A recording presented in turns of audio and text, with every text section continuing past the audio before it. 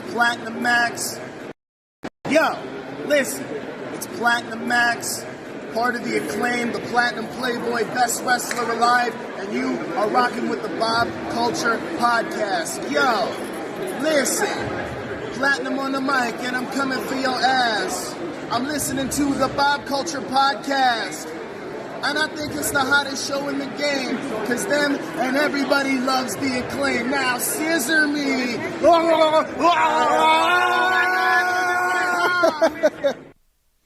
All right, ladies and gentlemen. What are you doing? Hello, bro. Yeah, you. Double or nothing bit. Yeah, no, goodbye. We're doing this again?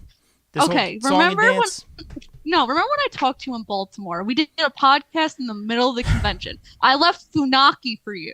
Funaki, who I have to buy a phone case for, by the way, because he's trading his Green Bay Packers because Aaron Rodgers decided to come to New York. I left Funaki to host this podcast with you, and what did I tell you? That this is a Kimmy Takeover podcast, and you're going to try to overthrow me on my show?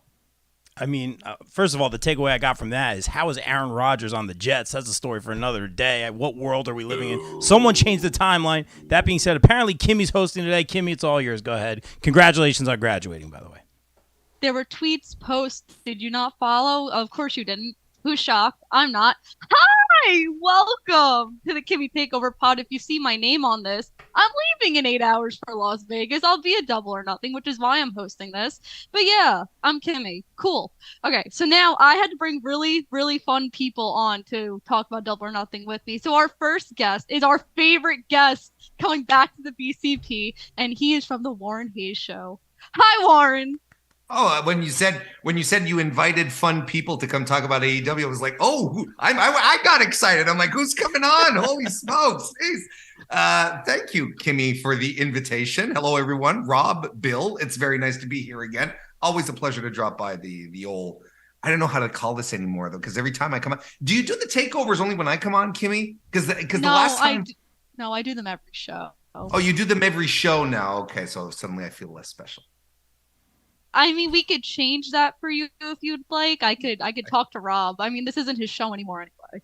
Oh, okay. Well, I'm glad to be here on the Kimmy Pod. The Kimmy Pod. We'll go with that. Kimmy Culture Podcast, KCP. Okay. Fantastic. All right. Good. Awesome. So the next person, he's the editor-in-chief for the popbreak.com, a BCP OG, and the main reason I graduated with a 3.9 GPA this past semester. Hi, Bill. Look in my eyes. What do you see? It's Kimmy taking over the BCP. Love it. All right. What's up, guys?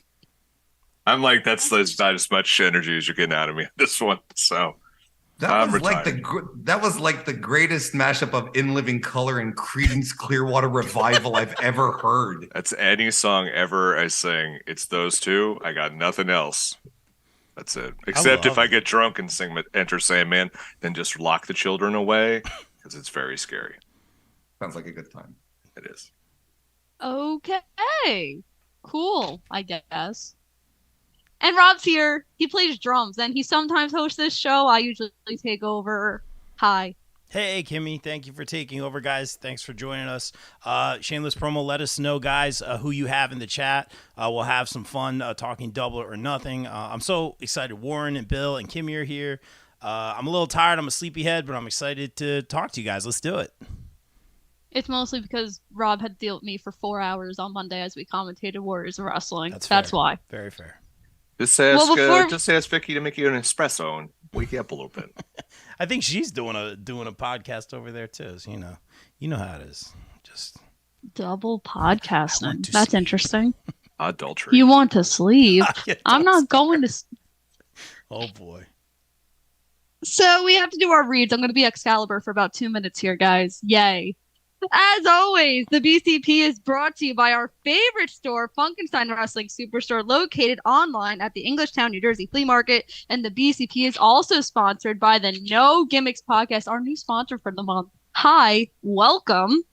The No Gimmicks podcast is a pro wrestling podcast that keeps it 100% real, 100% of the time. The No Gimmicks podcast is available wherever you get your podcast. And that's about it. Let's talk about Double or Nothing. And if you didn't get anything from this, I'll be there live. Thank you, AEW. So, well, I have some questions before we get there because tonight we found out that Collision is taking place at the United Center. So, what's everyone's thoughts on Collision? Is it good? Is it bad? Do we like a brand split? Warren, I'm starting with you because I already know Bill's thoughts on this. Like overall on the Collision show. Listen, I mean, there's a lot of bending over backwards here going on to try and accommodate all of these people who really don't want to work with each other anymore. But frankly, I'm trying to see the glass half full in the situation here. I will never complain in regards to more wrestling content on television. I think like for years we've been, pigeonholed into one thing. Now we're getting more and more. But when you think about it, and feel free to correct me, anyone here who thinks about it, I don't remember in any other time in history where we're going to have potentially every week 7 days a week where there is major league televised pro wrestling. Let's say on Sunday nights you get the pay-per-views, right? Let's say.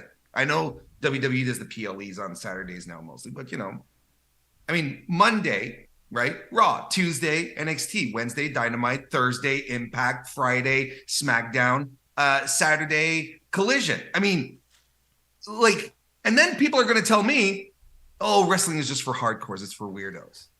But there's legitimately wrestling on every night of the week. You're not going to tell me that wrestling is still this very, very niche, very precise little tiny thing when networks are bidding billions of dollars to get the rights to it. Billions. So no, that's what I'm most excited about. I'm sure we've all discussed in our own time and so on and so forth the political implications and CM Punk and all of this. I'm actually excited that Tony Khan tonight, when we're recording this right is after Dynamite. So I'm actually excited that Tony Khan came out and say, hey, we're doing this in Chicago, by the way. So finally, it's like good because I think they do need to start selling tickets for this thing first and foremost. And I think the more they get into this, to the idea that Collision is actually going to be a CM Punk show, a CM Punk vehicle, they're actually going to start selling tickets at the other shows because frankly, they're not selling great. They're really not doing good business right now. Last time I checked via WrestleTix, like the Hamilton show in Ontario, the ones that they announced last week, like under 600 tickets sold. And that's the Collision that is being recorded on the Thursday on the day after a Dynamite. So it's like they need, and they're not doing great in Newark. They're not doing great. They sold like 3,000 tickets at the Saddle Dome in Calgary. The Saddle Dome it's a hockey venue. There's like 19,000 seats. Like, they need to go into overdrive for this if they want this to be the big summer that I think AEW wants it to be. Well, we all know based on the poster, it's the I Hate Tony Khan Club. Rob, what do you think?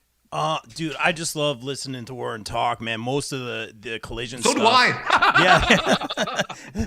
Most of the Collision stuff I heard, obviously Tony made the formal announcement tonight, but I was listening to Warren's show this afternoon. Obviously, guys, go check out Mr. Warren Hayes, subscribe, 5 stars. But I learned more from Warren, obviously, than from what Tony Khan said, and I think we all know what's going to come about from this.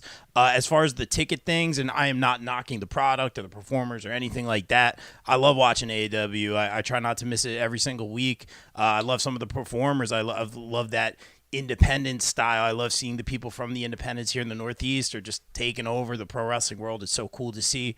But if I'm calling it down the middle, yeah, Connecticut, Prudential Center, Atlantic City, like maybe lower level full, like floor full, lower level full-ish, upper level empty.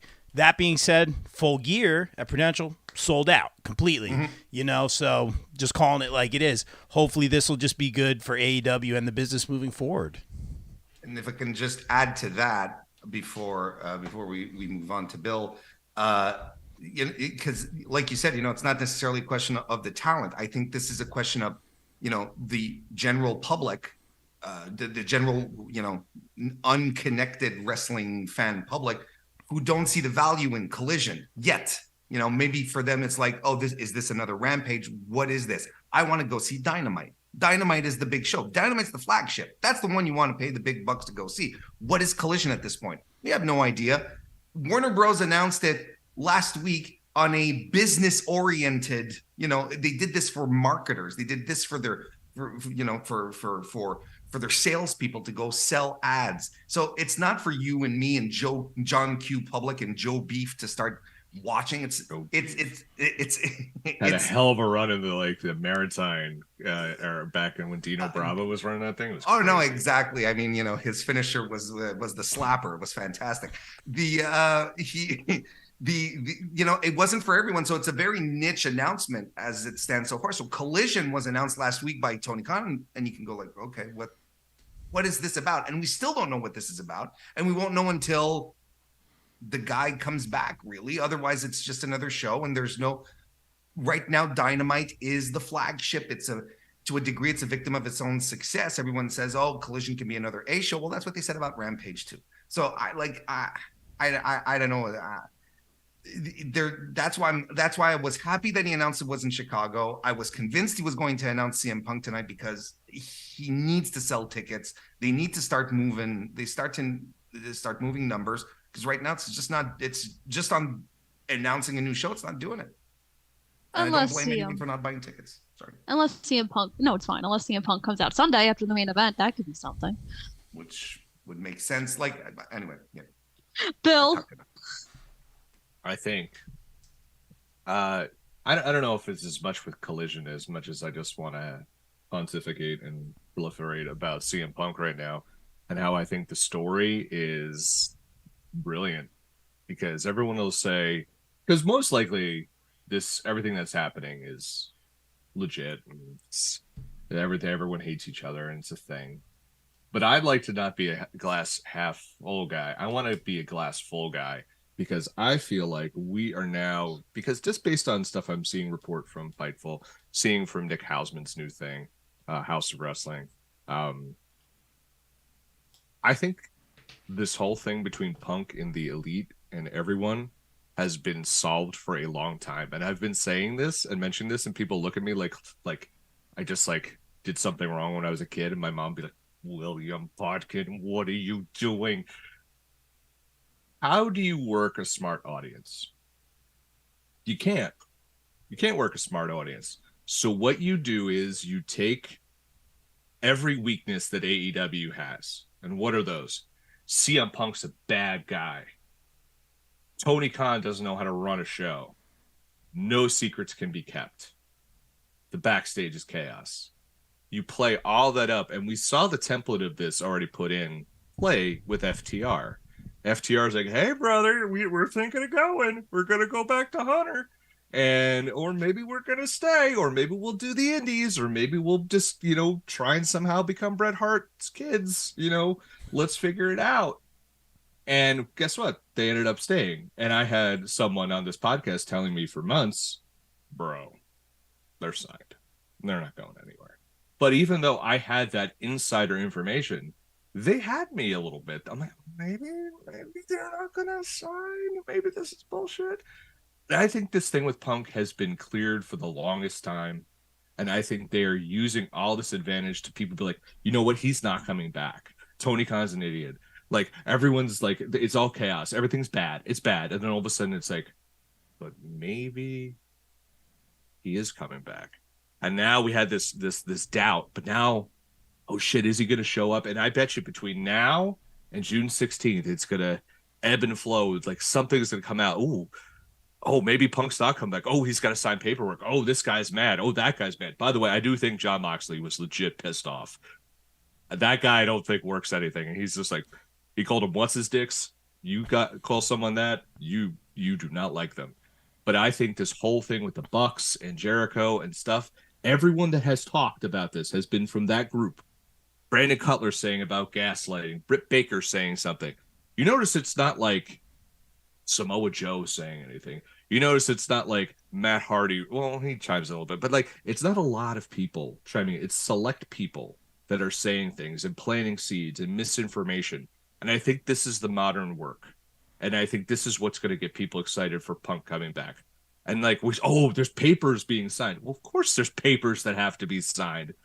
It's money is involved, So I think this whole thing with Punk has been solved.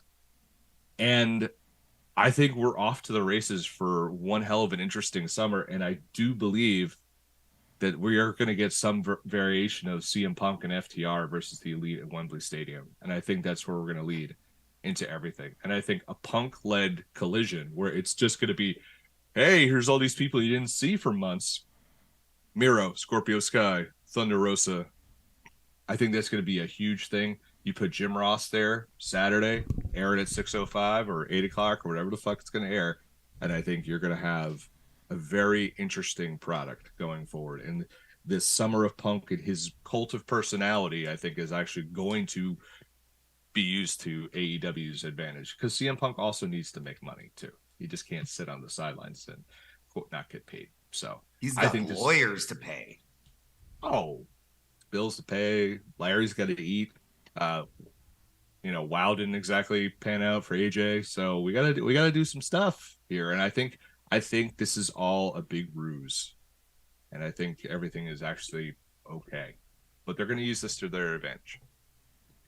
And I think the convention scene's going to go downhill because we only air on Saturdays, and AEW Stars are the only ones to make money. So this is great for the convention people. Anyway, let's talk. Like I said, it's an oversaturated market, and it actually might help you out. I enjoy my job a lot. I work very hard at it. Rob knows. He saw me sprinting the other day in Baltimore.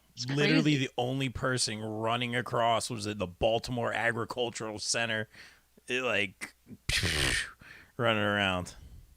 Leaping over hay barrels and pigs and stuff just to make sure Funaki's got a Red Bull. That's right. No, again, I need to buy Funaki a phone case. He told me specifically what phone, a whole thing. Love that guy. So let's talk about Double or Nothing. So the first match, I think we're crowning a new champion because we're talking about the TBS Championship. Jade versus Taya Valkyrie. I feel like we can't wait for Statlander anymore. Jade needs to move on. She needs to do other things. Rob, you're going to disagree with me. I know you are. So why is it Jade? I think you like it when I disagree. Yeah, first of all, awesome seeing Lady Frost tonight, finally on Dynamite. Very, very cool. Like we always say with her, more flips in the morning shift at IHOP. She's amazing. I think Taya is also amazing too. That being said, we always see that person. Like for me, I thought it was going to be Nyla that was going to take. I just love what Nyla was doing, stealing the championship and all that. When she showed up at Baltimore Con unannounced and went up to the baddies and did that extra mile behind the scenes for the fan stuff. It drew on Kimmy's face. It was amazing. That being said, stole your hat, best day ever. I thought it was going to be Nyla. That being said, Taya's awesome. I just don't. I know there's a story there, but I just don't see it being Taya. I don't know who it's going to be. I know you alluded to Statlander. It's such a monumental win. I just don't see it for Taya yet. So I say I'm going with the safe bet, and I'm going to go Jade. You're saying her story isn't complete yet?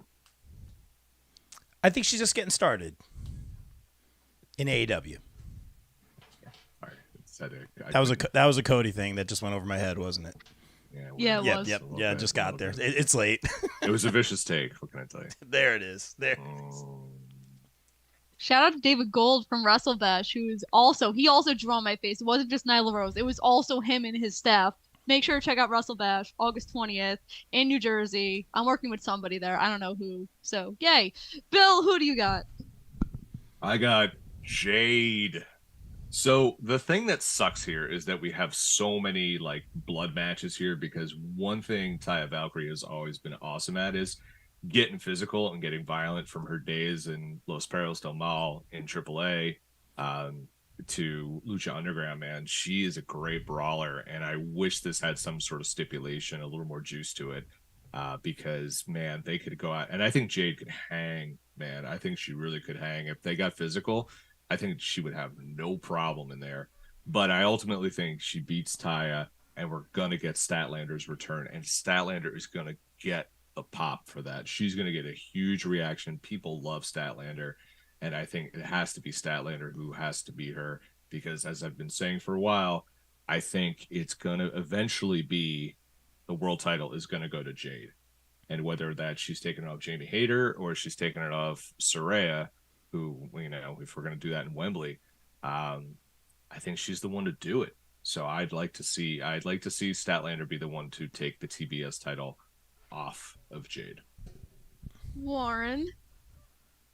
I am pro not making this boring anymore, because this whole thing with Jade has been, not the whole thing, but this stretch, I would say from, you know, Defense 30 onward has been dull as drywall. And I was really excited when they announced, you know, the surprise opponent, so on and so forth, for the Canada show. This is how I would have booked it. You do the Canada show, you do the same thing with her name is Nicole Matthews. Nicole Matthews, thank you. I feel embarrassed, I've forgotten it. You do the thing with Nicole Matthews. She's like, is that all you got, Canada? Can't you send me anyone else? And Taya comes out, and she's good to go. She's all decked out, right? And she comes in, and she does the Jaded, and she beats Jade right in the middle of the ring. And then what happens? Then things get interesting again. Then things get fun. Then even Jade has the backup to say, I was not ready, you know, doing the heel shtick. You stole my move, which then works there as well. And you can still go down this path. I am so bored with the Jade universe, or the gravitational pull, or expulsion, I should say, because none of the women that we'd really like to see Jade fight are involved in this. I want to see Jade up there with Tony and Jamie and Britt, and that's where she's at right now. This has not been good for Jade. Now, I know I still can't believe that we are practically a year removed from All Out last year, from Chris Statlander's injury, and we're still going, oh, Chris Statlander is going to do it. And yeah, we could have done anything else in the meantime. And knowing Tony Khan, this was probably his plan, and he's probably still sticking with it. You know, a friend of mine recently convinced me that, you know, well, this is Tony Khan booking. He has his idea. This was the person earmarked to do it. And it makes sense what y'all are saying. Statlander comes out after the match, gets the huge reaction. That's the kind of stuff that's great about an AEW pay-per-view at the same time, you know, these surprise returns. But by God, like, do anything at this point with this title, with this reign. I don't care about the reign. I don't care about the reign. And meanwhile, you have Orange Cassidy, who's on every week defending the title. He's on every week. And every week they talk about his streak. They say, oh, he's up to 23 defenses, 24 defenses, whatever it is. And people are legitimately excited about it. Why? Because he's coming in every week. He's having great matches, and in a variety of opponents. Jade is, I beat Red Velvet 7 times. I beat Anna Jay 6 times. I'm exaggerating, but you know what I mean. It's never or seldom against opponents that you really feel have a chance. Outside of Nyla, outside of Athena, who were you like, maybe has a chance? It was Willow. That was about it. Even Willow was 2 undercard at that point. Even yeah, she wasn't even, she hadn't even been elevated. She wasn't even signed, if I'm not mistaken, at that point. So, like, honestly, they need to do something fast, because this is stale bread. Stale white bread. That's why I think something's going to happen, because it is so stale. And it just was like, all right, I'll see you at the pay-per-view, at the pape, dude. And it's I'll tell you one thing. I'll tell you this, Bill. If they waited all this time, if they decided to do the 60-0 all this time just for Chris Statlander to come back, I think it will have ultimately hurt Jade. I think Jade throughout this streak has looked worse. She's come across worse off than anything. Remember, like weren't they doing the stuff with who was the rapper they were doing? The hip hop artist. Bow Wow, right? And that sort of like they tried stuff, and then things aren't working. And sure, she comes out with these crazy ass outfits like tonight, but you know, it's like there's nothing to Jade. And if the plan was really to stick to, no, it's Chris Statlander winning the title, I think it was to Jade's detriment. if that's indeed what the plan was. Yeah and no. And here's why. Because I think anytime we see Jade get fired up, the crowd really eats it up. And I think her being arrogant and then taking the big loss, I think we add a new dimension to, you could potentially add a new dimension to Jade. And this is what sets her off onto the, you could do the whole, I got complacent and now I'm out for the world title, or now I'm out for blood or whatever. You could do that.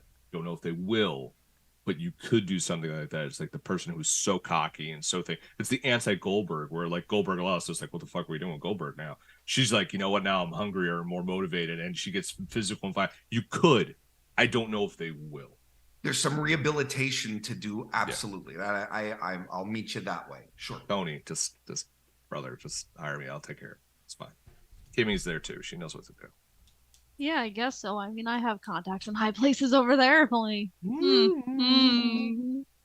I like how we had the same reaction. That was great. So I'm not happy about this match because I think it's really stupid. And Warren alluded to Orange Cassidy before, and they stuck him in a battle royal that he's obviously gonna win. And I don't like it. And is there a Joker? I asked you the other day, but let me answer me. Is there a Joker? Yeah. I don't think so. There will be. It's the Black Casino Battle Royale, Blackjack Battle Royale. Unless he's the Joker because he's the champion. They said there were 20 people who signed up and to Tony Khan, and he's the 21st. So I don't think there's a Joker in this. So Kimmy, I just want to clarify one thing. You said Orange Cassidy's going to win this. Yeah. Okay, that's what I wanted to do. I just want to make sure my ears weren't playing tricks on me. I am old. Yeah, we know. Would you like to go next? I would love to, because this is where Orange Cassidy loses the international title. And there's a few ways that this can go. One, and go to old King Switch, Jay White. I think he's if you're doing the smart money pick, I think that's the guy who does it. Now, of course, Ricky Starks is there, and you could say Ricky's going to cancel him out. I don't think Ricky's going to cancel him out. I think this is going to do is Orange Cassidy's whole thing is he's hurt. He's wrestling hurt. And now he's going to face 21 guys. 20 guys, sorry. And I think this is where he loses, because now it's the insurmountable odds are against him. Even though he doesn't care, he's going to lose. And I think Jay White, you need to do something a little bit more with Jay White. And if this is going to be a working man's title, I think what a perfect guy to put it on. Jay White can go out there and have, a good match with me, and I have the athletic ability of old bread. So, I mean, it's just like, not even soggy bread, just like dried, crumpled up. Jesus Christ, this isn't even good enough for a crouton bread. Like, that's what I am. I'm old. I'm tired. I work with children in real life. They're awful. So it's just, so I think that's how it goes. Now, the other thing, which Kimmy's going to be like, I fucking hate you, Bill, when I say this. Because I was like, well, could there be a surprise? Could there be a guy who comes in and wins this? And yes, Will Ospreay. Because I'm like, no. Man, him and Orange had one hell of a match. They signed Aussie Open.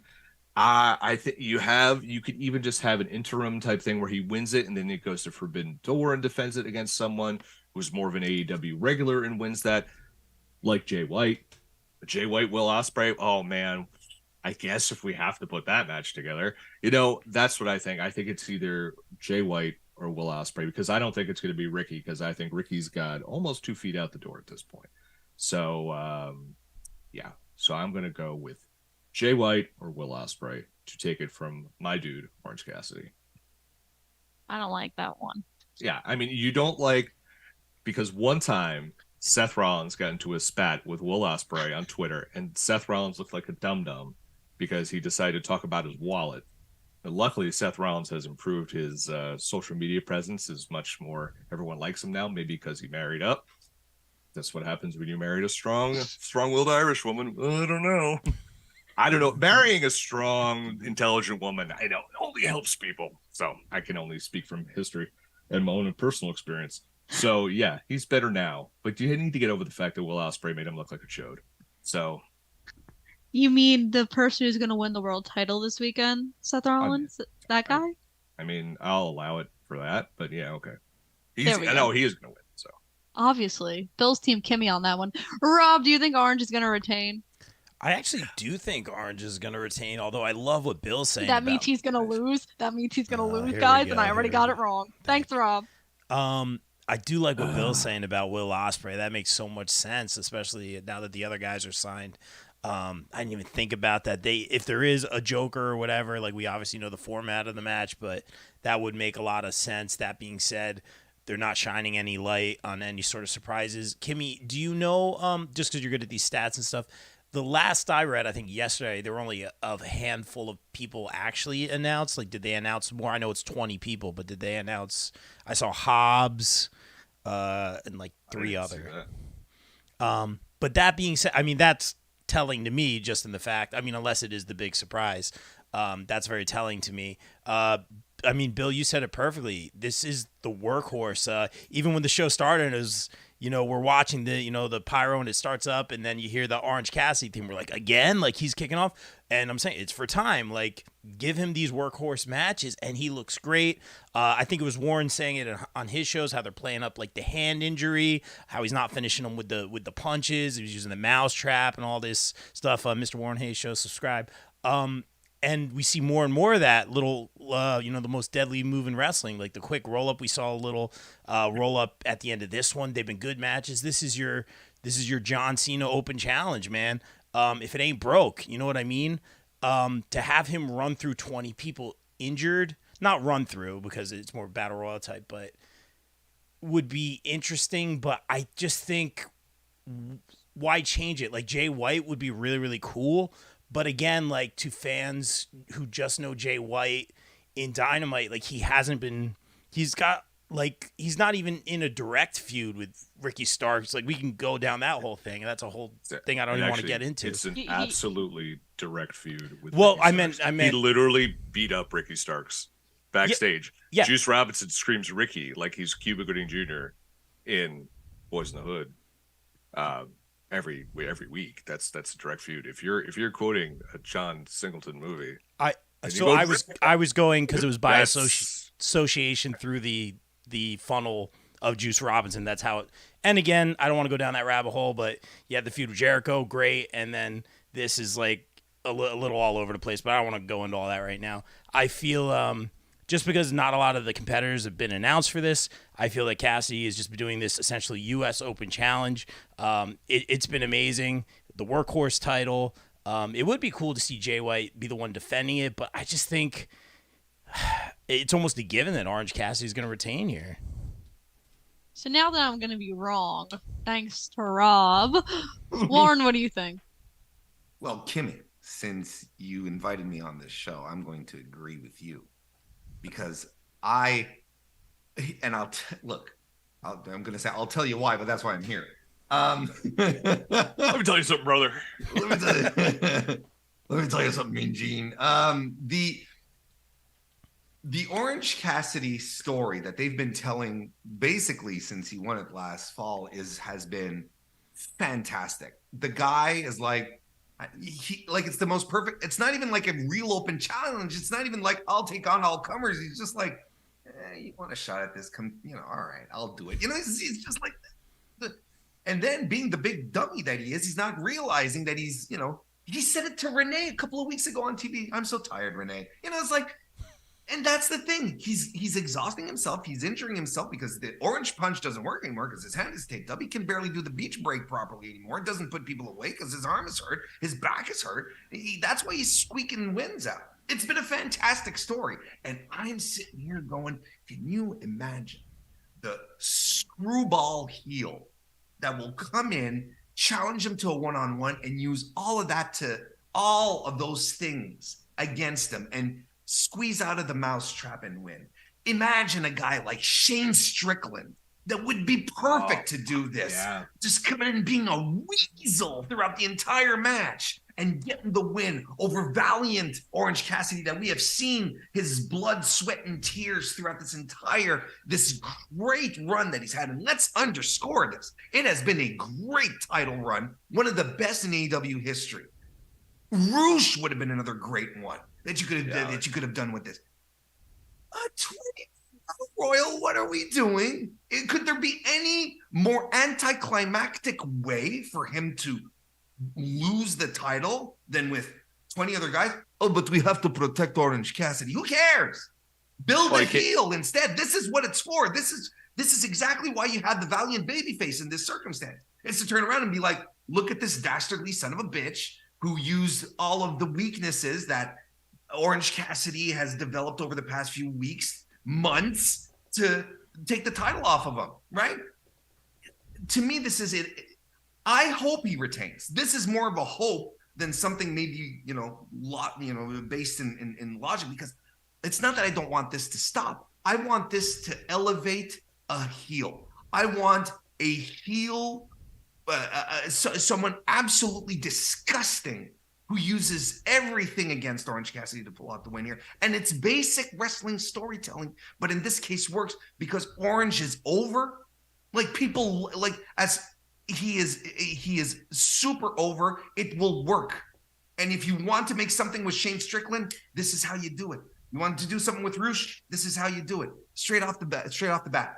That's how I feel about it. And by the way, it won't be Will Ospreay, because Will Ospreay is going to win the IWGP United States tournament next weekend at Dominion, and he's going to be fighting Kenny Omega at Forbidden Door. That's pretty much where we're going with this.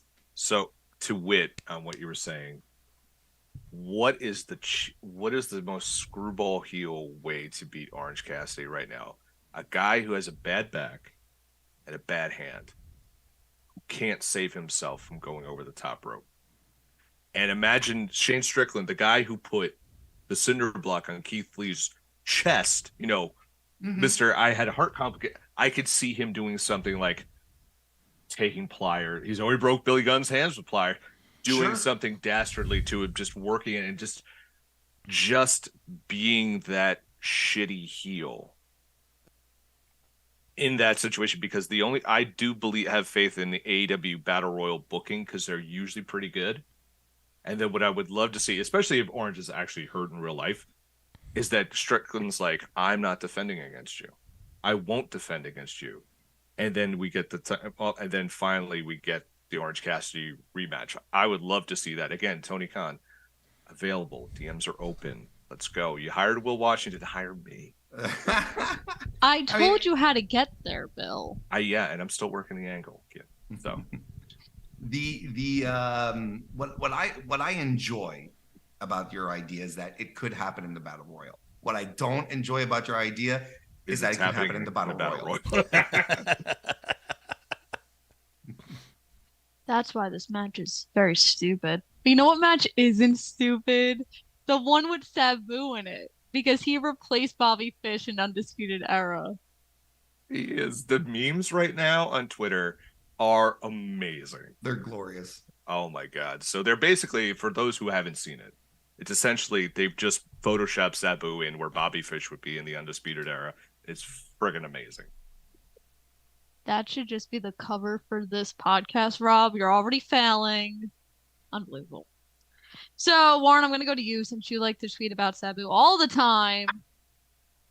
Exactly. You got Cole or Jericho? The bit has finally come to fruition, and I'm not on Twitter anymore. Thanks, Tony Khan. Thank you, Tony. I'm super looking forward to this match. I'm really, really looking forward to this. Jericho and Adam Cole, at least in their promos, and they have great chemistry, don't they? Like, just fantastic banter and just back and forth, and you can tell they play off each other so well. Look, Jericho is going to be in another position where he's going to put another guy over. I think it's just as clear as day. Tony Khan has some very big plans for Adam Cole. I think you have to be, blind and deaf at this point to not realize it. The guy came in last year. Was it last year? The time 2 years ago already. Shoosh. All right, so he comes in 2 years ago, and he's almost immediately slotted into a world championship program, and he does eventually get the world championship program. Gets injured, comes back. They give him the Tinker Tape. You know, they give him the confetti on his return match after beating Dan Garcia, and the whole thing. And you know, his girlfriend comes in the ring, and you know, Tony Khan sees Adam Cole, and he's like, "This guy's money." It's just as simple as that. He's going to be a world champion sooner than later. It's not a mistake that he's in a feud with Chris Jericho right now. He didn't, you know, not putting Adam Cole in a mid-card feud, you know, fighting with, you know, Powerhouse Hobbs or whatever. No disrespect. But, you know, he's like, no, we're putting you right at the top with the upper crust of guys, and Chris Jericho, whose career in AEW has essentially been, despite what people on Twitter want you to believe, whose career in AEW has been putting people over. It's going to continue. And I think Adam Cole's going to win in a really entertaining match. And I am scared as to what Sabu's going to do. You're scared. Yeah, no, because the guy's broken. The guy broke his neck twice. He's had some of the most gruesome injuries I've ever seen on a wrestling show. Like the one, I think it was against Chris Benoit in ECW. He landed on his head, and he shouted out to Paul Heyman, "I can't move." He was paralyzed for a few seconds, and he shouted out to Paul Heyman, "I can't move." Like, just ridiculous stuff. That's why, and he's already broken down. Like, I don't know what they're expecting him to do, but that's what's terrifying. See, I wasn't alive for that, or most of his career. I know. I'm so old. What are you gonna do? I'm sorry, world. That's not my fault. Phil, who do you got? There's a streaming service. I know. That you could watch all that on. It'd be pretty cool. Thank you. Thank you so much. Are you gonna make my schedule have time? I don't have time. Let's not compare schedules. I love, and Rob knows this because I've known Rob longer than all you guys, is that I love Adam Cole. Adam Cole, I once said, if there's ever a next Ric Flair, it could be Adam Cole, because I think he's that incredible in the ring. I loved his promo tonight where he was basically shaking, like, I want to kill you for what you did to Britt, because if that was me, I would feel the same way. And I feel like if that was anyone in the crowd, they would be shaking and flustered and just wanting to go out there and wanting to destroy the person who who handcuffed me while the love of my life was getting kendo sticked in her very injured spine. And I think that's what sells it. And Jericho just trying to be like the coolest guy in the room, being like, hey, let me tell you why Iron Maiden should be in the Rock and Roll Hall of Fame. I don't know why LL Cool J is in there. You know, that whole debacle.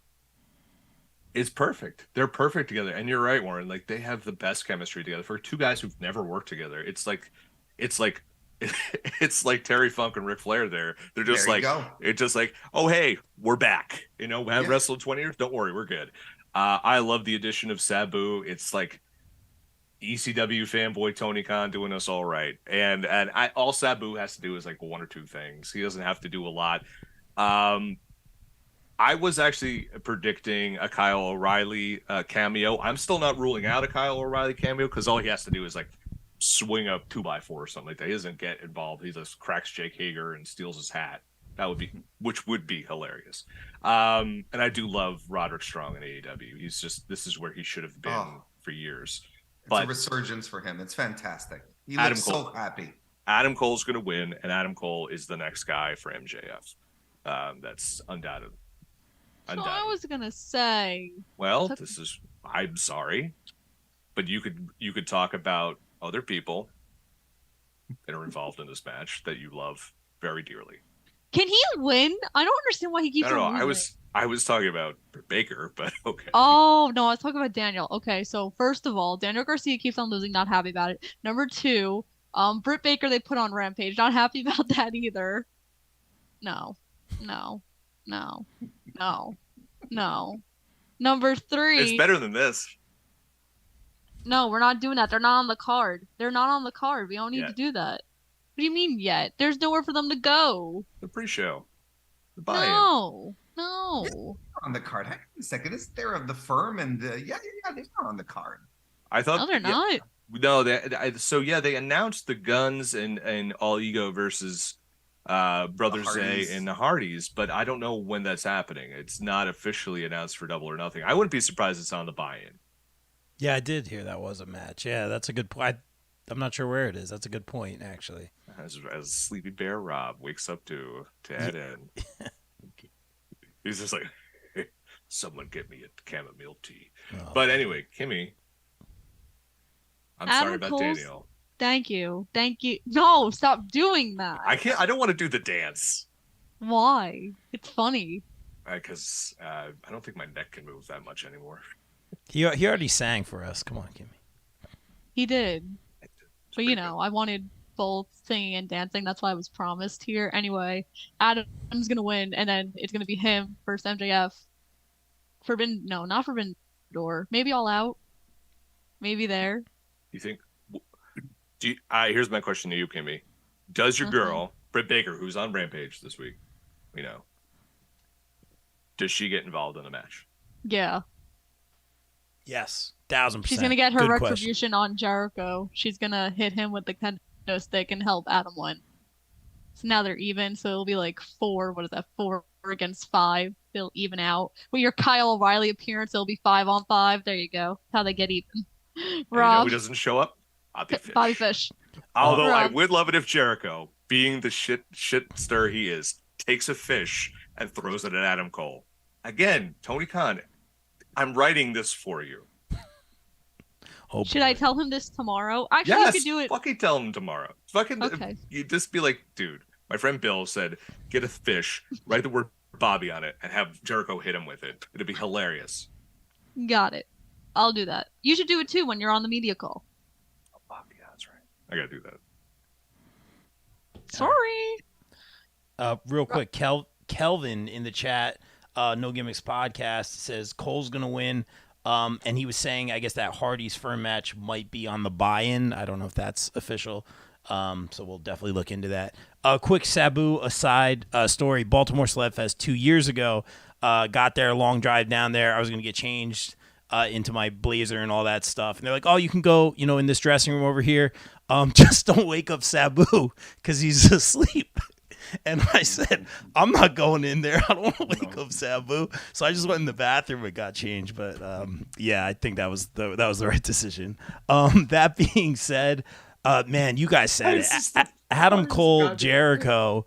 Man, as soon as I saw them like interact or cross paths for the first time in any way on Dynamite, I was like, yes, this makes so much sense. I think it makes all the sense in the world for Jericho to put Adam Cole over here, unless they're going to do like the AEW thing where they do like series of matches. But if it's just a one-off, and I think that's a key point, the moments in the match, the story of the match with Britt Baker coming in, that's a great point, Bill.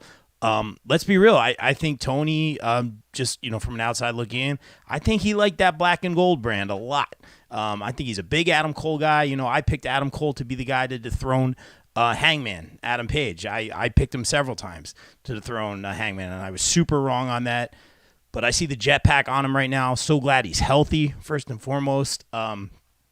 Man, I can't say enough good things, man. This guy can put on, I don't even want to say 5-star, but this guy can put on quality matches, and you're working with a guy like Jericho. Sign me up. The real winners here, the fans, but I got to go Adam Cole. Payday. Austin is a pretty nice person, if I do say so myself. But another match I'm not looking forward to. Because Christian Cage, Warren, you need to explain this to me. Why is Christian Cage in this position and not Luchasaurus? What are we doing here? Because Christian Cage is incredible. He's the Giga Chad. What do you want from me?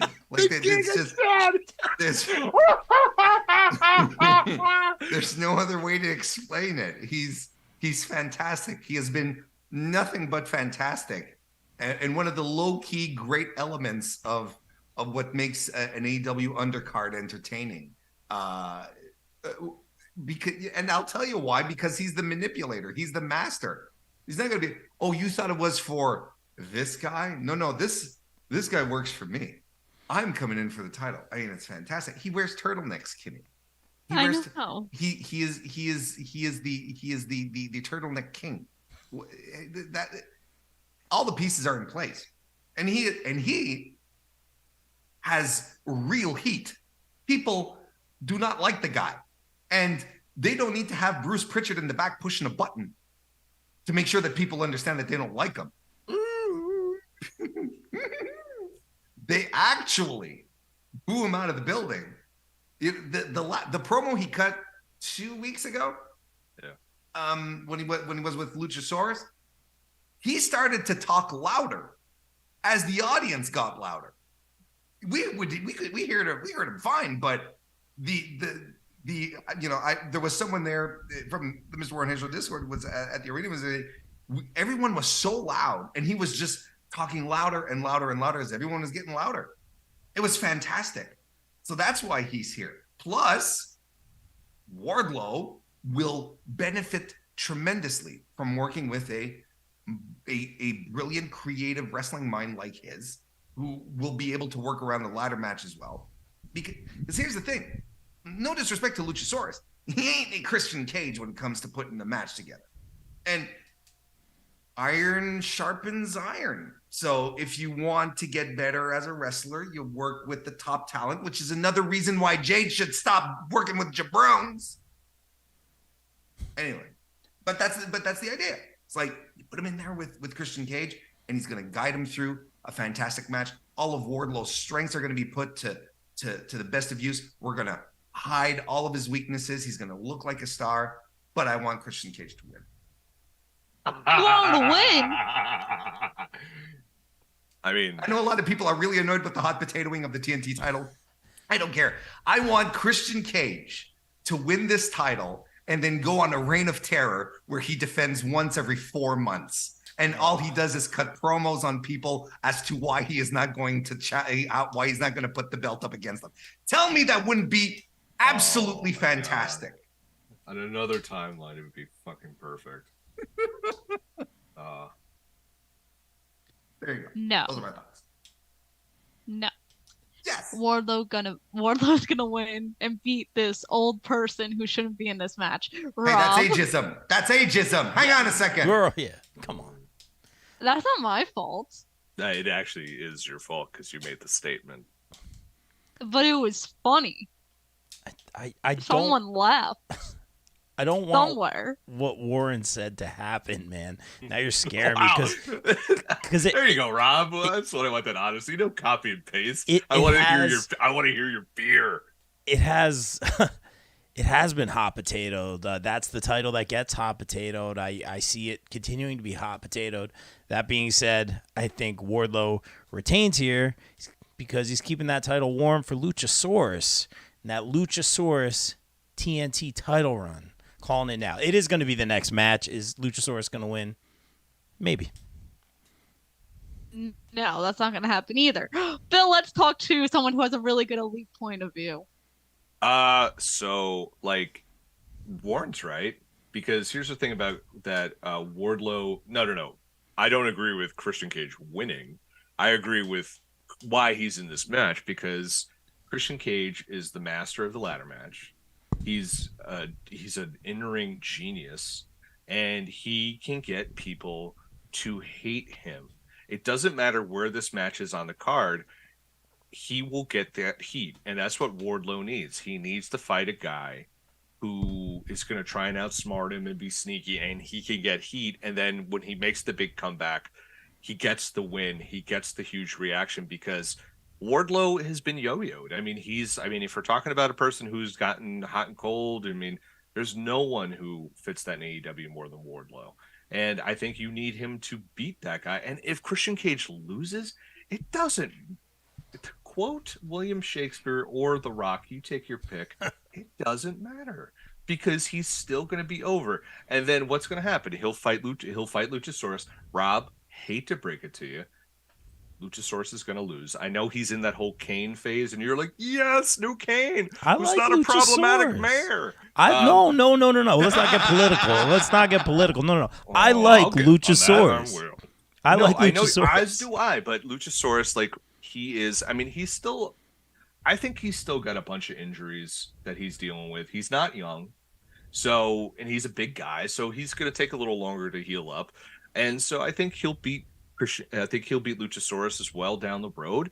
And we need to keep Wardlow hot. And so and I wouldn't be surprised if Christian maybe even tries to recruit other people to come after Wardlow. This might be something that, goes on for a little bit, but I just think Wardlow's going to win here because he needs to win here. You don't think they pull the whole, like, Christian isn't going to compete and then, like, does the whole switcheroo, like, the second the bell rings kind of thing with Luchasaurus? Like, I think both guys will be involved in the match. Oh, okay. But I think ultimately it's going to be Christian who takes the pin. Also, I want to put over Christian's promo about... It's not a pin, it's a ladder match. You have to climb a ladder, right, get yeah. the title. I'm sorry, Timothy. I forgot. It's so... I also want to put over Christian Cage's promo about how Jungle Boy's a piece of shit, but he still respects him, which fantastic. Was fucking awesome.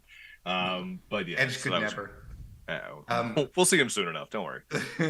But okay, I want to just touch on the hot potatoing thing because it's been something that I've heard a lot. I personally, a good baked potato, sour cream, little bacon on top.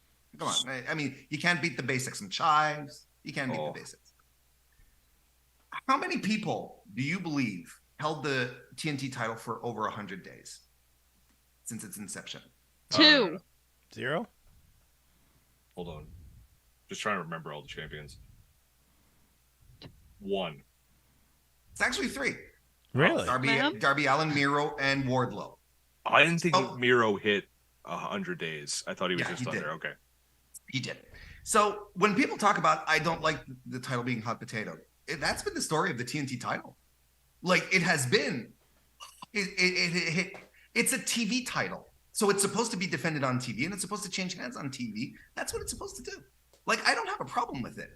That's why I'm like, I don't care about the hot potato and give it to Christian. Why should you give it to Christian? Christian's hot. And I say, go with your hot hand. Go with the guy who is unquestionably hot. And Wardlow, hot potato. And especially when you're hot potatoing it, see?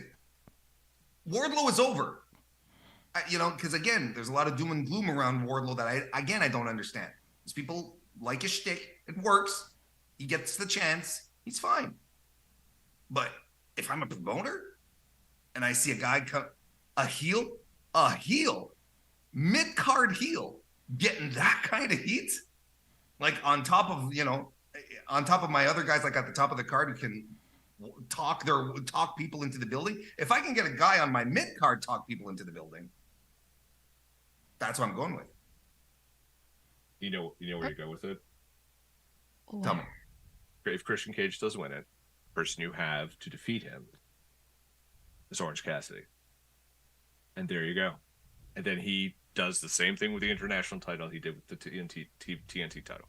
But seriously, think of that feud. Two like comfortable mid-card guys, and there's nothing wrong with that, but who are super over, that people love, people enjoy for different reasons. You have the top heel and a big heel and a big baby face. Lead that into All Out. I'd be excited for that. That would work for me, brother. But are you excited that Mark Briscoe is a special guest referee in the tag title match? I'm excited that Karen Jarrett is there. I loved it. I love it. See, Kimmy, people don't know. Kimmy is a hardcore TNA fan. No, I am. That is true. You are. Come on. You were, I'm man. agreeing with you. I didn't know where you were going with that. I thought you were about to say I was a hardcore Jeff Jarrett fan. I was about to be like, no, that's not true. He's the nicest person in real life, though. I will say that. He's great. I've worked with him. He's got that charm. I'll tell you, that's for sure. That's not my fault that all these people just like me for whatever and then tell me all their deepest, darkest secrets. Kimmy, it is nothing against you. I remember seeing him at an indie show selling Global Force Gold. Ooh. And then I yelled at him when he was fighting Pat Buck in a steel cage. I said, "Why'd you hit him with a gold brick, you moron?" He did not like that. Maybe a couple Jamesons in. So there's a tag title match, and it's FTR versus the critically acclaimed Jeff Jarrett. and Jay Lethal, J squared. And the problem with this is, you know how many title matches Jeff Jarrett has had since he's signed? Too many. Oh, And he's lost every single one. Why do we keep doing this? I have no idea. I'm just excited to see Sanjay Dutt and Mark Briscoe get into it, doing something. But FTR is going to win. Rob. Yeah, Jay Lethal and Jeff Jarrett and all them, and now we have Karen Jarrett involved. Like, I don't want to say it's a lot of moving parts, but the whole story that they're trying to tell feels a little disconnected to me. Some of the segments maybe felt a little rushed. It feels like TNA, Rob. It feels like a TNA angle. It really does. Yeah, is like that, everything about this is TNA. It's fantastic. Whatever. you know, it is, Sanjay Dutt's writing every word of it. He's like, guys, I'm I got this. unfortunately not super invested. Like the Mark Briscoe thing's really interesting. It adds something to it, but like the whole like slap in the face tonight and that whole thing. I just don't like it's that classic, and like maybe that's TNA, right? Maybe it's that classic, like, oh, you got to have that tension so there's no favoritism, but he's really gonna help him out or whatever. Like I don't even want to go down that road. I really just think the FTR retains the titles, so we get FTR versus the Hardys. I'm not even gonna do the whole Elite Punk kind of thing. I'm thinking FTR versus the Hardys down the road, so the Hardys finally capture those AEW World Tag Team Championships. Of course. I think that match is a lock, yeah. Because you want your favorites to win. Would that be Wembley? Because you say no. Okay. No. I don't know. You do it in the Carolinas. That's where you do it. Tickets, man. Not to sell out Wembley Stadium. That's for damn sure. Warren. Good little mid-card feud. I don't have many thoughts about it. I think it's been well done. I think I really enjoyed the vignette that they shot at the chicken farm. I thought that was a peak AEW moment. That was legendary stuff. Just like FTR running out last week and just shoving Sanam Singh off the stage. He's just standing around, and Dax like, and he just throws him right off. I popped big for that because I was not expecting that. And then Karen Jarrett returned. Like, you know, it's inoffensive. It doesn't. It's not getting me. It's entertaining me. It's not getting my blood boiling. It's not making me sad. It'll be fine. I guess FTR retains. I wouldn't mind if they decide to strap up Jeff Jarrett. Honestly, I think it'd be hilarious. I don't know. Like, it honestly, it really, really doesn't bother me. Bill. I'm eating this whole angle up like it's Sunday brunch. I friggin' love it. It's like I grew up watching, like, when Jeff Jarrett was still super young, and he was simply irresistible Jeff Jarrett, and he was like in USWA teaming with Jeff Gaylord. Like, I mean, maybe the guy should have rethought his last name a little bit. It was the 80s. Who cared? So this is just so Memphis. It's just like, let's have a million things happen here. Yep. I'm surprised this was not a barroom brawl match or something like that, which still may happen. I just think an empty arena match. Yeah, it's just so goofy and weird. And this is the type of shit I love. Jeff Jarrett. Why is Jeff Jarrett always on TV? Because the guy's in the best shape of his career. He's wrestling his ass off, and he's having a blast. And I think this is going to be a very, very fun match. Mark Briscoe, the modern-day Jimmy Boogie Woogie Man Valiant, who'll be in AEW till he's 85 years old and will still be wildly entertaining. Like, it's going to be just a really fun thing. I think he's aligned with FTR. He's not going to go heel. He's Mark Briscoe. He's the best. This is all going to be a lot of fun. I think maybe we get another match or two out of it. Like I said, when they do like kind of the gimmicky road rager and shit like that, like they'll have like the barroom brawl or something like that, and it'll be fun. But FTR is going to retain here. Somehow I think like probably Dax's daughter ends up equalizing Karen Jarrett, or they mentioned her today. They have friggin' Dixie Carter take out Karen Jarrett. If that happens, you will hear me yell from the fucking rooftop how awesome that is. I would love the shit out of that just for one time. And that's just paying off that is the niche wrestling fans. That is just like, hey, Kimmy, when you were 7, you knew what this was. This one's for you, kid. Like that's what that would be.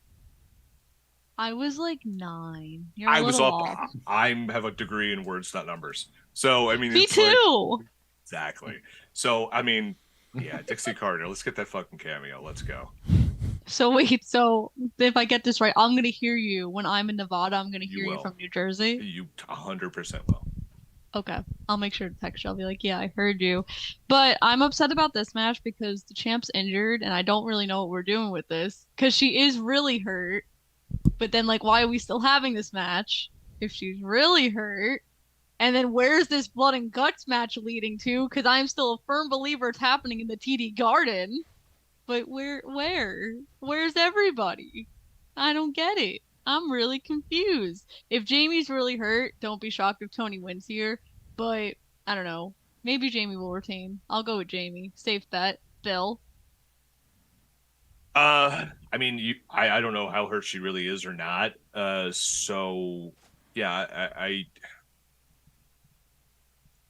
I think it actually would add to the feud if she lost, because now you need something to keep the Outcasts hot, and they are hot. They are a popular act, and man, what a turnaround that's done for Ruby Soho, who was basically floundering for a better part of a year. And now she's doing this. She looks like she's having a blast. Tony too. Saraya they're using her great in all her spots, I think. And putting the gold on them puts the onus on them, makes them more important. And especially if Jamie's hurt, then you just take it off of her, and she's able, blood and guts. They can work around, if that's going to happen. They can work around that. And who takes the belt off of her? I mean, who knows? So for Tony, if she wins, but hey, you go to Wembley. And then if it's Jamie versus Tony in Wembley Stadium, holy shit, pal. That, because I was there live, as was Rob and Kimmy. You were there for that match at the Prudential Center, and that was the match of the night. They beat the piss out of each other, and that is, brother, that is what I am here for. So I agree with Kimmy. I think Tony Storm is taking the belt. I didn't say Tony was gonna win. I said Jamie was gonna retain. Ah, fuck it. I Tony Storm. Unbelievable. Rob, as your girlfriend is commenting in the comment section that she wants me to wrap this up, so she you still can go back. She still likes me. Hey, Vicky, he's not going anywhere. You can make out with him later. Snuggle Wumpkins will be up once the podcast is over. He's fine. He's fine. He ain't going nowhere. That's the new T-shirt right there, Snuggle Wumpkins. You're welcome. I gotta say this, Kimmy, and you brought up a great point at the beginning. I was gonna say how hurt is Jamie Hayter. All I know that last Wednesday they announced the 6-woman tag match, and they changed it to a 2-on-2 day of, like, later that afternoon kind of a thing. Not a ton of mention of Jamie Hayter during that match. Injured. That kind of tells me something. Whatever you are comfortable sharing, Kimmy, do you know what the injury is, or do we know anything? I believe it's a shoulder. She had K-tape on her shoulder in her backstage segment. It's a shoulder. But I believe she had like the KR tape, or yeah, so KT tape. That's KT. what athletes yes. use when there's ligament problems. I'm very, very familiar with taping people. Yes, I don't know what it's called, but yeah. So telling me that it's the tape, telling me that's the shoulder, that could be where Cody's going in, right? Cody could do it. He has 2 legs. He could walk in. It comes down to the extent of the injury. If she just has the KT tape, she can go. They obviously feel that they can do this match. I think if she was seriously injured, just health over story, obviously. Like, I don't think she'd be competing here. So it would make sense for Toni Storm to win, because during her reign, she was also only the interim, and we had that whole asterisk talk.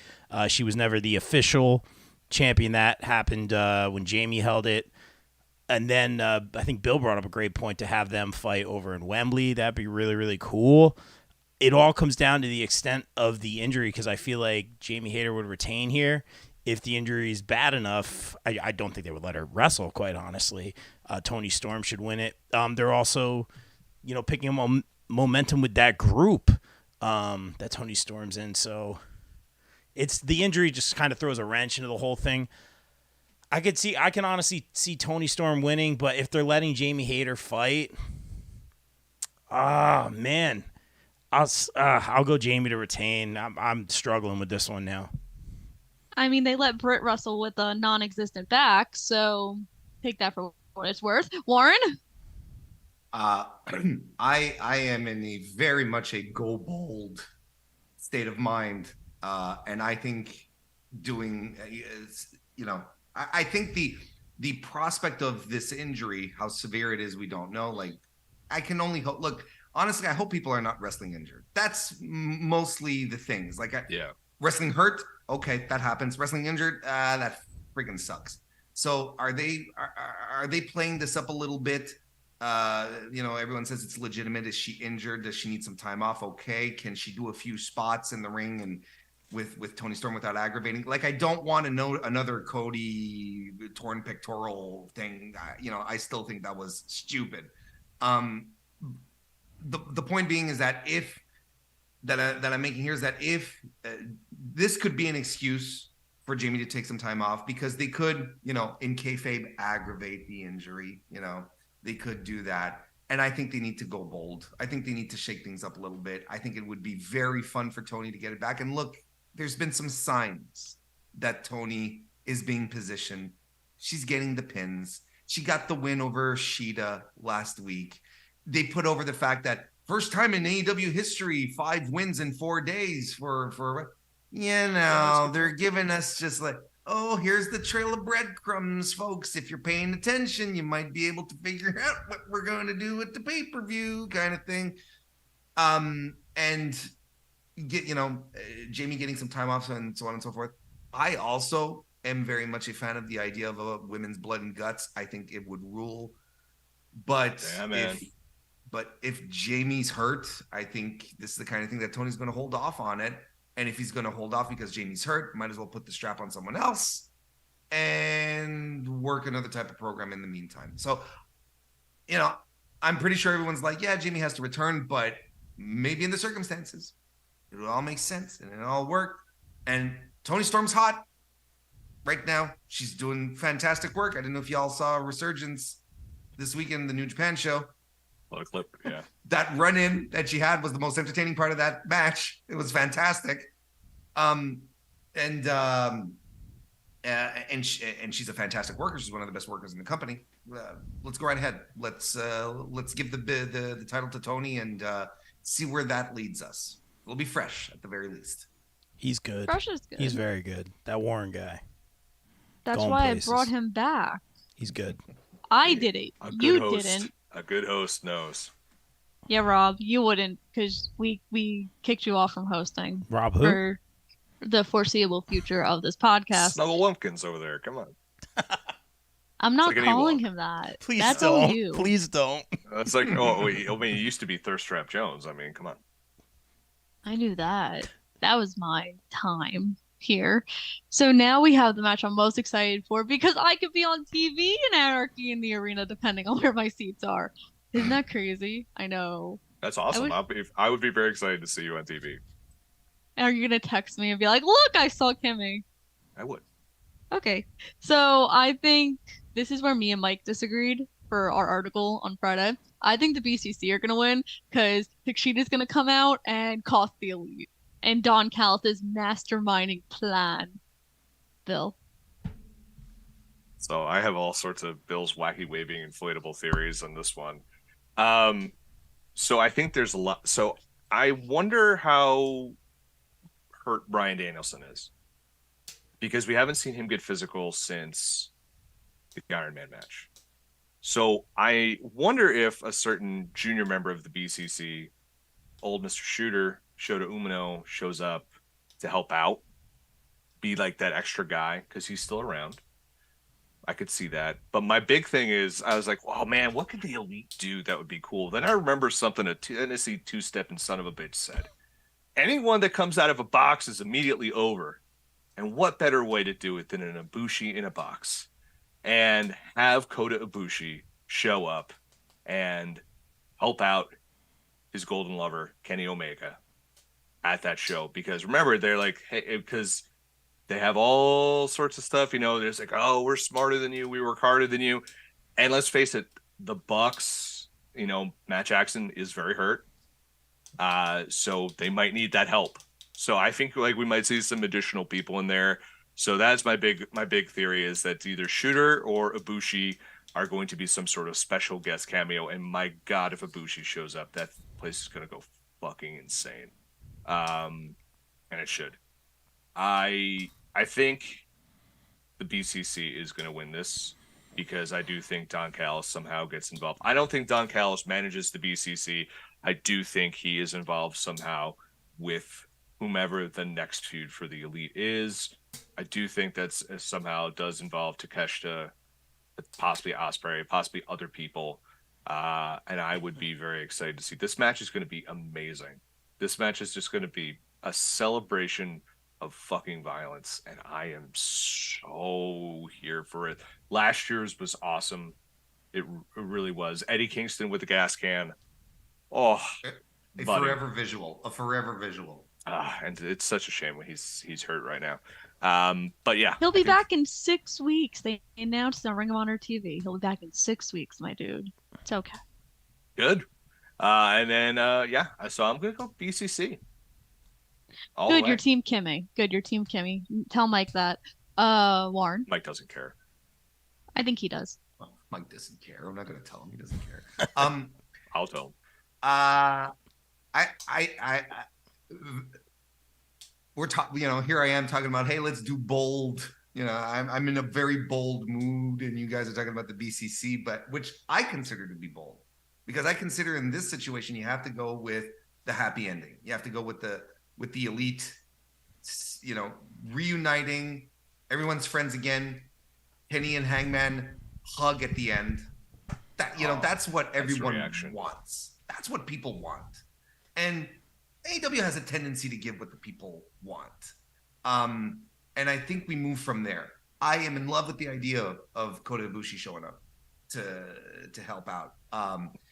I think the Don Callis thing is a misdirection right now, because I think that he will come into play once we fully get into Double or Nothing, Forbidden Door season, and Will Ospreay is the guy who's going to come after Kenny, because I think Don Callis is going to be managing Will Ospreay to make damn sure that we understand that Kenny's the babyface and Will Ospreay's the heel.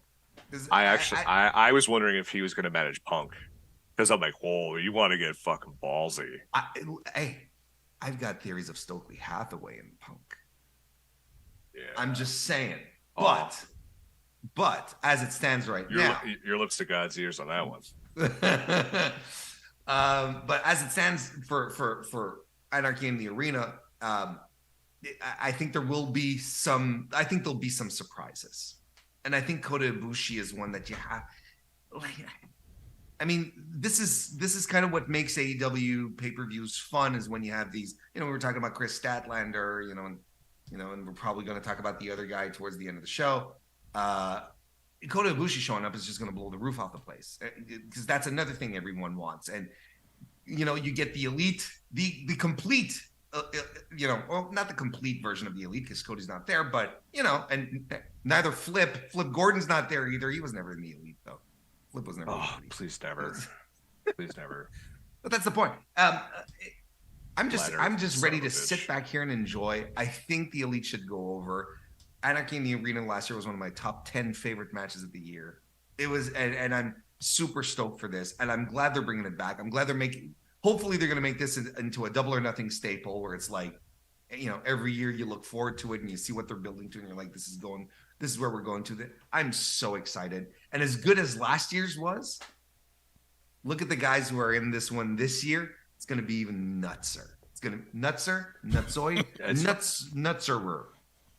I'm excited for it. Bill's the person in charge of words. I go to him when I have word questions, so he's the one. Rob.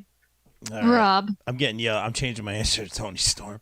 I think You can't change your answer. I think this is a tough one. I think the Blackpool Combat Club, not to say it's been disjointed, but don't forget, like, they were all, and they kind of all do their singles stuff, but like, don't forget, they all kind of turned heel while Danielson was like super face. And again, like we talk about, like, is he officially injured, or you said he's been on commentary a super lot. Is he injured? No.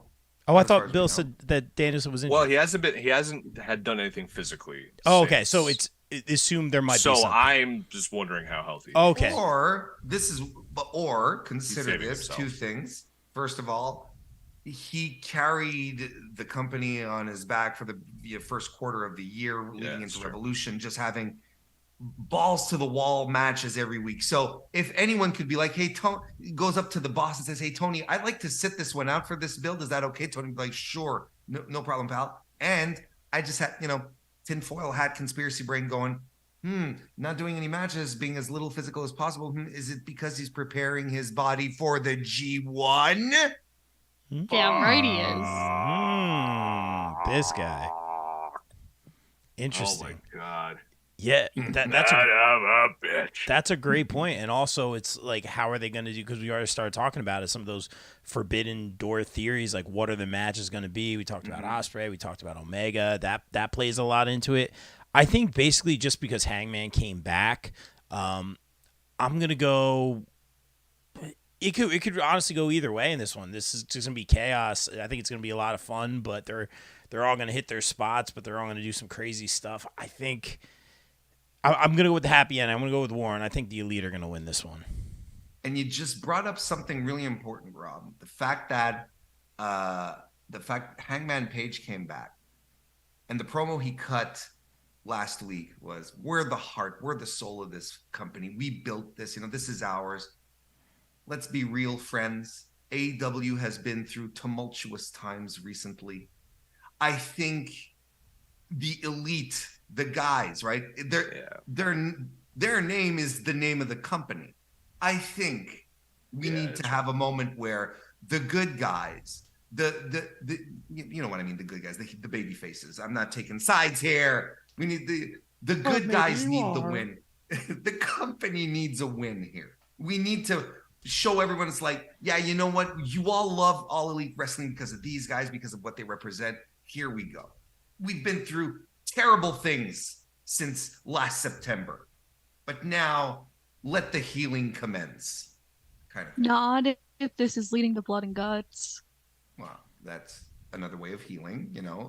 What did they call it? Bloodletting back in the in the old days. Leg leeches and bloodletting. You get all the bad stuff out. Yeah, stuff you learn in history class when you're I old. didn't. Or if Nope. you watch too many movies. That as well, my friend. Nope.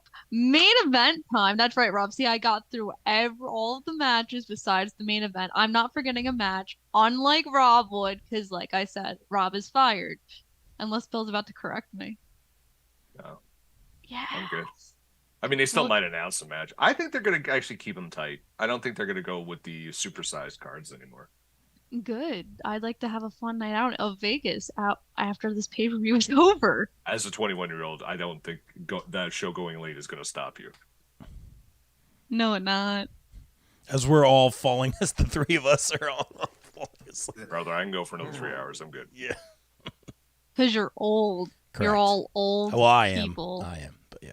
But the 4 people in this main event are not old. They're all pretty young. Nice except for segue. Sammy. Nice segue. I know. I'm learning. It's like I've learned something in Bodkin's journalism class or 2. Well, I mean, Yes. Sammy's old because he's 29. That's kind of old. I wanted to see your reaction to that. But I will say that I will allude to MJF's promo where he talked about how 4 years ago nobody knew any of these guys. Now they're main eventing. That's such a feel-good story. But MJF is going to retain. He'll find some cheap way to win with his little diamond ring. Rob? Yeah, keeping it short and sweet, Kimmy. I appreciate that. I think you said it perfectly. I think this is MJF's match here. He has to win. I think the booking of like, hey, let's book the 4 pillars in a match. That's cool. That makes sense. But the promos, like MJF is lapping them on promo, and we knew he would. That's his thing. He's great on the mic. He's amazing. He is so good, even though he's the best heel or whatever, a great heel. He's so good at playing everyone and towing that line, whether it's in interviews or the promo. If he wants them to cheer, they're going to cheer. If he wants them to boo, they're going to boo. And he's just great on the stick, as they say. And I just think some of the other guys, he's taking jabs at Jungle Boy tonight. Some of the things he said, the echo chamber and whatnot. I just think like Darby and Jungle Boy, maybe Sammy, I would say, is the best out of those 3. Because Sammy you can connect with a little bit more. Kimmy, you just mentioned it. But like they all have good stories and good points. It's just... And parts of their promos have been really good. It's just not hitting. Maybe it's too many moving parts for a world championship match. I like the idea of the 4 pillars. It's probably going to be a really awesome match. I think that's good booking, but just the promos and the story, it's just like MJF is up here, and they're all just kind of holding their own, and they're hitting a little bit of emotions, but it's not like remember when Hangman Adam Page was going for the title and Bill talked about mental health and like how much like Adam Page meant to him. Like we're kind of learning about these guys' stories, but I don't know if I'm necessarily connecting with them. Like Billy says, like why damn them or why cheer for them? They're awesome, fun wrestlers, and I like hearing their promos and getting to know their story, but I don't know if I'm like. Maybe I'm a little bit more invested in Sammy because of the All Access show and him just trying to get his spot and get his opportunities and all of that. But I don't see MJF losing here story-wise or for any reason. I guess I wish I connected to one of the 3 other guys a little bit more personally. I like all of them, but I just wish I'd be rooting for them a little bit more. And that being said, I just think MJF wins this one. Warren. Oh, do I have thoughts on all of this? But I'm going to spare you my extensive thoughts because when I did my AEW preview show earlier this week with Jesse Collins from the Gentleman's Wrestling Podcast, shout out Jesse, we talked 30 minutes just on this specific match. So I'm not going to do this now, but anyone who knows my work knows that I absolutely hate multi-man matches for championships. So from the get-go, I thought this stunk. I do not like the build. I think it was all over the place, for the reasons Rob just said. You don't connect to the guys, and there's multiple reasons for that because everything came across as weird. They decided to turn Sammy like twice in this build. He comes in like semi babyface, then gets heel again, and now he's a babyface. And babyface is the worst role for Sammy Guevara for me. Oh yeah, to be honest. Darby Allin, motivational speaker, Darby Allin. I don't care for that. Darby Allin is the weirdo guy, the suicidal, suicidal, not legitimately, but he's the guy who's just Sabu, ready to do death defying. Yeah, exactly. He's the new Jeff Hardy, the new Sabu. That's what he does. And we've heard the car story multiple times. It's fine. I don't want Darby Allin. Like tonight, Darby Allin said, I want to be the face of the company. I'm like, Darby Allin wants to be the face of the company? Like Darby Allin saying, I want to, I love working here because I can jump cars over my house. And we're like, yeah, now that's a Darby Allin thing to say. I like working here because I can do stupid shit on the meantime, on my off time. That makes sense to me. But so that didn't work. And I think Jungle Boy got exposed here that he has a lot of problems to overcome when it comes to his presentation, how he expresses himself. And it's weird that his father was an actor and that didn't come across. But look, that's a whole other discussion. MJF MJF is MJF. There's absolutely no way he's losing the title here. Like there's in no way, shape, or form. And I agree that the match will probably be amazing because you know why? Because all these 4 guys hear everyone talking about this build because that's more or less the consensus. No one really liked the build. Some people really hated it. Some people just didn't care for it. But finding pockets of people saying, I thought the build was great. I haven't seen it. So they hear this and they're going to be ready to prove us all wrong, to say, but I'm not expecting the match to stink. I just think the build stunk. I think the match is going to be, it has all the potential to be fantastic, and they're going to go all out to prove it, pun intended. They're really going to do everything that they can to make it fantastic. Like, I am so indifferent to it. And it is, the third, fourth most interesting feud on this card, and it's the world title. It's the world title match. Like BCC and the Elite is absolutely the top thing. Jericho and Cole is way more interesting than this. I would even argue that Christian Cage and Wardlow is more interesting than this. I'm not feeling it, and I think ultimately the problem that came out of all of this is that all of the three non-champion pillars, I think they all got exposed as being guys who are not ready for the top spot. I think ultimately that's the problem. I think the only guy who maybe came out looking better in all of this is Darby, because I think Darby handled himself better on the microphone in all this build. But they should have just wrestled. They should have had a leaderboard, a scoreboard, where they're having matches every week, and whoever has the most matches by this point build a challenger, build one challenger, and then go for it. It feels like a placeholder for someone else. That's how I feel about it. But MJF retains. I think this was an audacious experiment by Tony Khan, saying, you know what? It's time for us to... There was a Voices of Wrestling piece that said, is AEW leaning too much into older guys? And I didn't read it because my answer was no. Do you see this match? And also, have you seen any of the women who have titles? They are not old. I know they also said men, but I'm just saying. My problem with this is that I don't think everyone got exposed. They did, but the problem was no one sat down and said, you're all saying the same thing.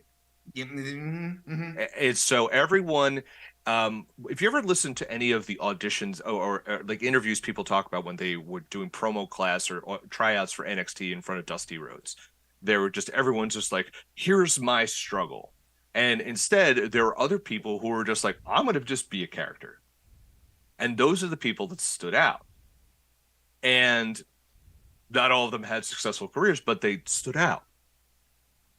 Every single person that's in wrestling has struggled at some point. But there's ways to tell the story. Sammy Guevara, I shouldn't feel sympathy for you. You're a heel. And there is a way to tell his story. I thought the whole thing with the money and him being MJF's buddy, I think there could have been exploited even more until the final hour when Ty Mello comes in. It's like, it's just, they could even be saying, well, Ty's not returning my text. Why isn't she doing this? Why isn't she doing this? And she's finally like, she cuts the promo on him of, I am embarrassed that you're going for the money. If you don't go for the title, we're done. And then it puts the onus on Sammy. And then you have Sammy he has the crisis of conscience. Jungle Boy, I hate exploiting this, but it makes sense. You make him Cody Rhodes. You have him talk about his dad and how much wrestling means to him, how much the title means to him, and how he has to win this to prove to everyone didn't just get there because he's someone's famous son, or blah, blah, blah. And they even started touching on certain things like, does he need to cheat to win? And they had him pull Rush's trunks. And Rush actually cut a promo, posted on Twitter, I appreciate you because you cheated to win. So now there's his crisis. And then Darby Allin's just friggin' Darby Allin. He's got the built-in thing with MJF. So you didn't need to do all this. It's just like someone needed to edit this down and be like, you're saying the same thing. Stop saying the same thing. More wrestling, less talking. Let's go. The match is going to show out. MJF's going to win. To me, the heir apparent to the feud, it's Adam Cole. I said it before. Although that promo tonight, man, it certainly felt like a certain Filbert from Chicago was being referenced a lot. Because we brought the 2024 thing up again, and the grievances suddenly return. Oh yes, I do appreciate Sean Ross Sapp's tweet that Kimmy sent me of. He said MJF does have a flight out of Las Vegas booked, of course, because everyone does. Which I thought was a nice little note there. But I do think it should be Adam Cole. eventually I do think Punk is the guy who takes the belt off him again if that does happen. And you touched a really interesting point, and I don't want to stretch this out. I know it's late in there. People have flights to get to. In a promotion where you have and I don't mean to make the pun here, but elite level promo people, like some of the absolute best talkers in the history of professional wrestling are in this company, where they don't get scripted. It's more like, here are the bullet points. Go out there and do a thing. There are these 3 of these 4 guys needed maybe a little more guidance. I'm not saying then you suddenly sit down and you get Sanjay Dutt to write you a script. That's not what I'm talking about. It's more like, okay, this week we're going to guide you through this. Okay, like you said, they needed a little. I feel like they were just thrown into the deep end because they're like, hey, you guys are main eventers. Hey, look, we're the promo company, right?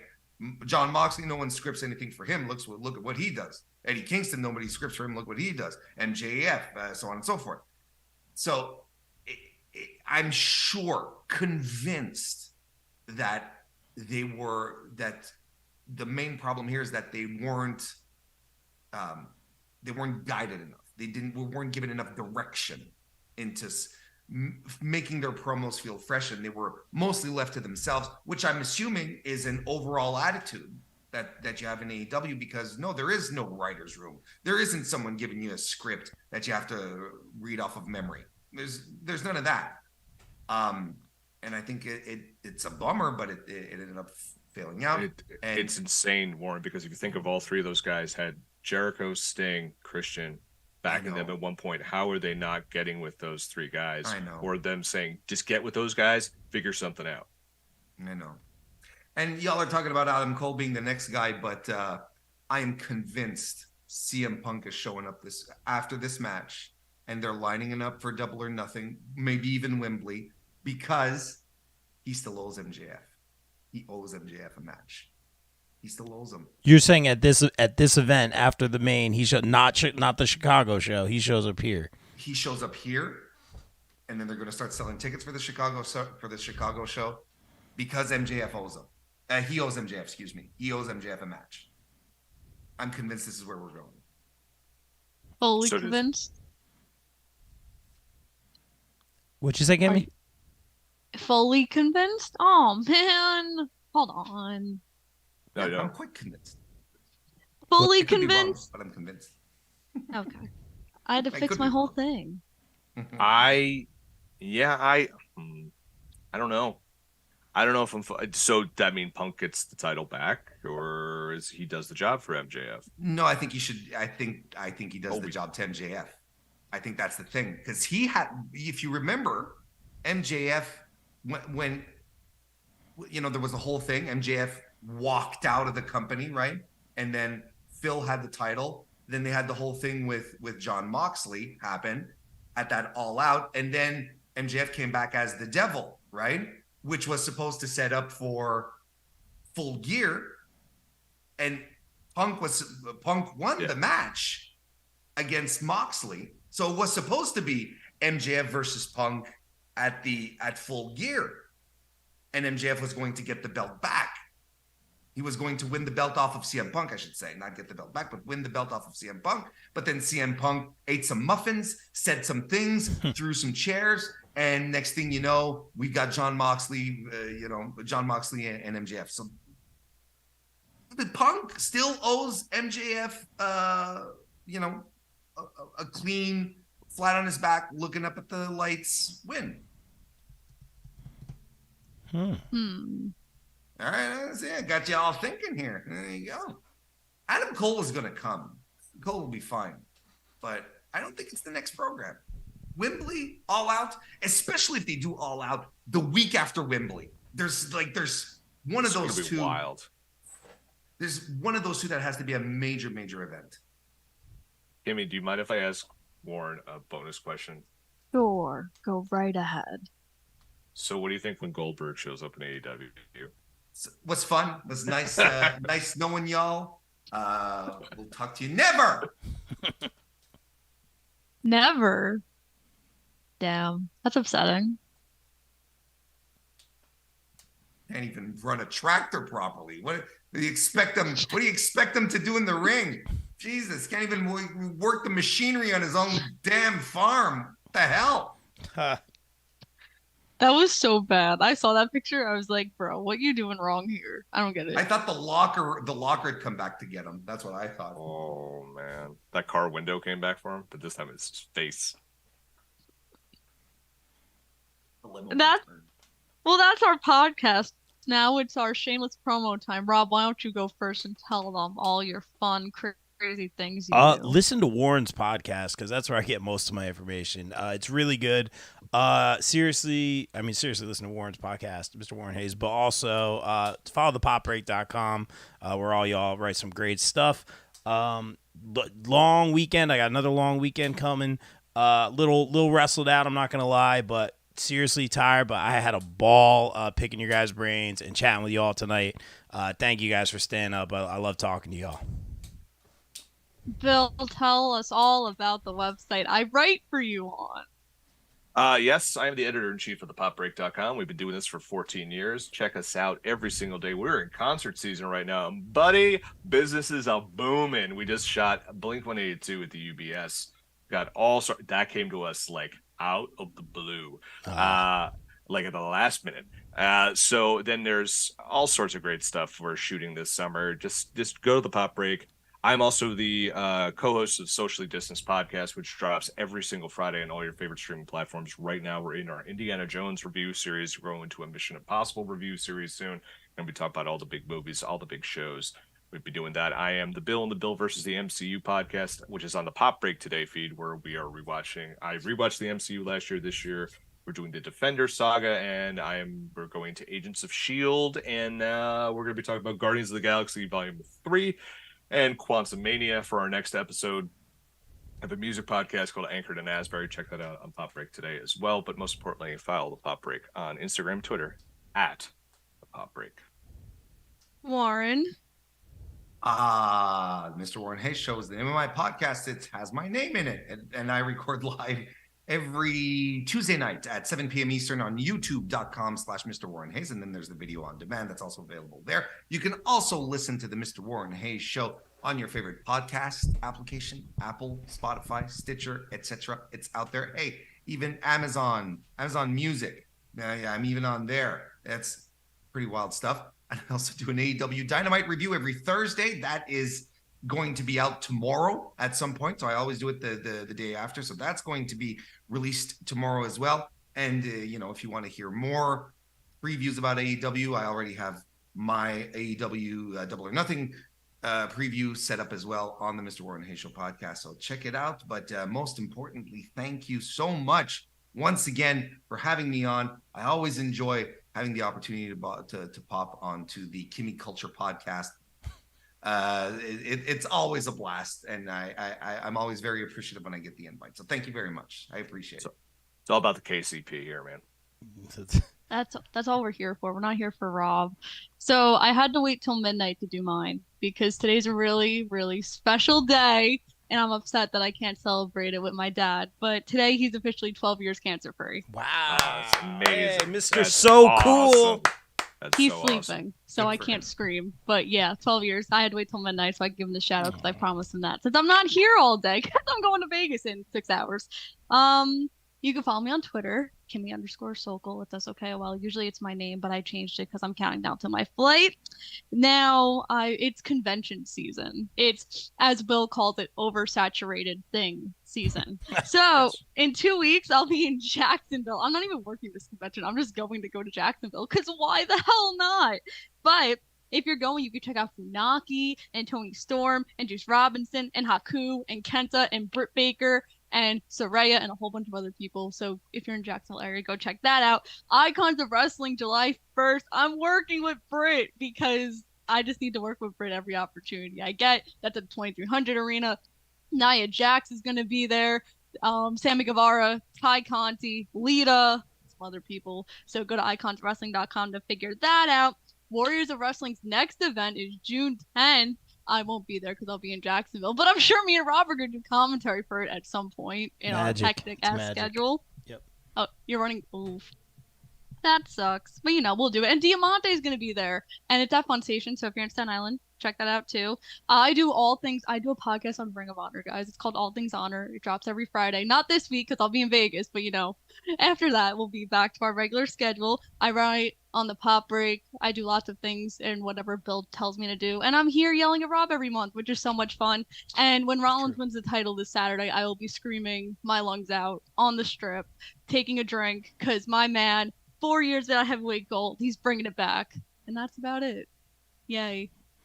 Oh boy. Well, Kimmy, thank you so much for hosting, guys. Thanks everyone for staying up late. And guys, like we always say here on the BCP, everyone stay safe, stay positive, take care of each other. Let's juke it out, guys. Here we go. Juke it out.